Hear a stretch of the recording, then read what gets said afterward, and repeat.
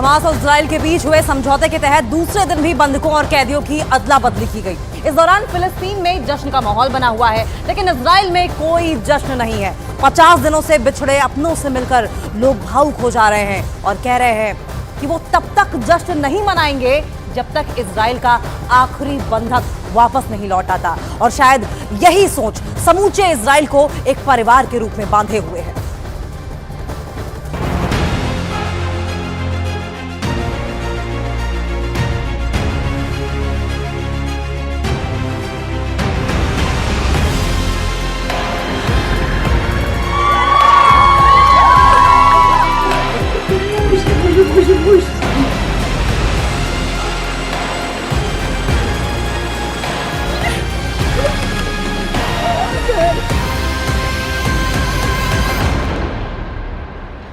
Hamas और Israel के बीच हुए समझौते के तहत बंधकों और कैदियों की अदला बदली जारी है।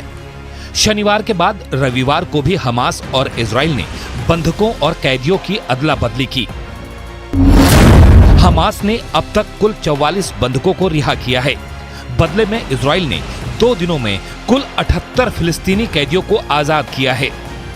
शनिवार को हमास ने इजराइल के करीब 250 बंधकों में से 24 बंधकों को रिहा किया, जिनमें इजराइल के 13 नागरिक, थाईलैंड के 11 नागरिक और फिलीपींस का 1 नागरिक शामिल थे। बदले में इजराइल ने भी अपनी जेलों में बंद 39 फिलिस्तीनियों को आजाद कर दिया। वहीं रविवार को हमास ने कुल 17 बंधकों को रिहा किया, जिनमें से 13 इजरायली नागरिक और 4 विदेशी नागरिक हैं।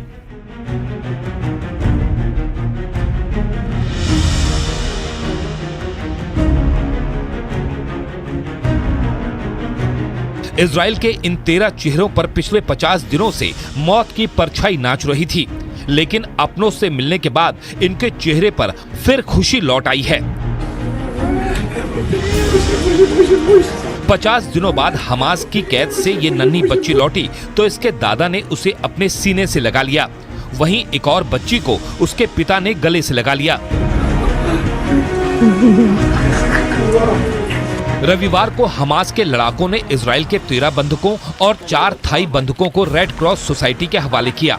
गाजा से इन बंधकों को रेड क्रॉस की गाड़ियों में इजराइल पहुंचाया गया। वहीं हमास ने थाई बंधकों की रिहाई के बारे में कहा कि तुर्की के राष्ट्रपति तैयब एर्दोआन की कोशिशों के बाद उन्होंने थाई बंधकों की रिहाई की।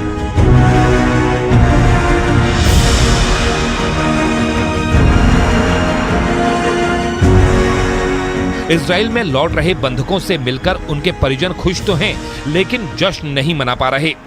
जबकि फिलिस्तीन में हर एक कैदी के लौटने का जश्न मनाया जा रहा है। हजारों की भीड़ उनका इस्तकबाल कर रही है। भीड़ में फिलिस्तीन से ज्यादा हमास के झंडे लहरा रहे हैं। इजराइल ने शनिवार और रविवार को 39 फिलिस्तीनी कैदियों को रिहा किया और दोनों ही दिन वेस्ट बैंक में जश्न का माहौल रहा।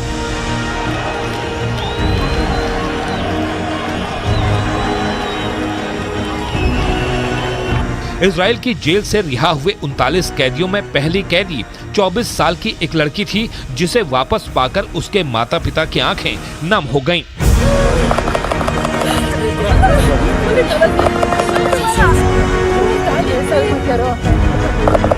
इजराइल की कैद से रिहा होकर जब ये 17 साल का फिलिस्तीनी लड़का लेथ ऑथमैन वेस्ट बैंक पहुंचा तो इसके इस्तकबाल के लिए हजारों लोग जमा हो गए। लोगों ने उसे कंधे पर उठा लिया। ऐसा लगा मानो फिलिस्तीनियों को गाजा में 13,000 लोगों की मौत और बर्बादी का उतना गम नहीं जितनी कि 78 फिलिस्तीनियों की रिहाई की खुशी है।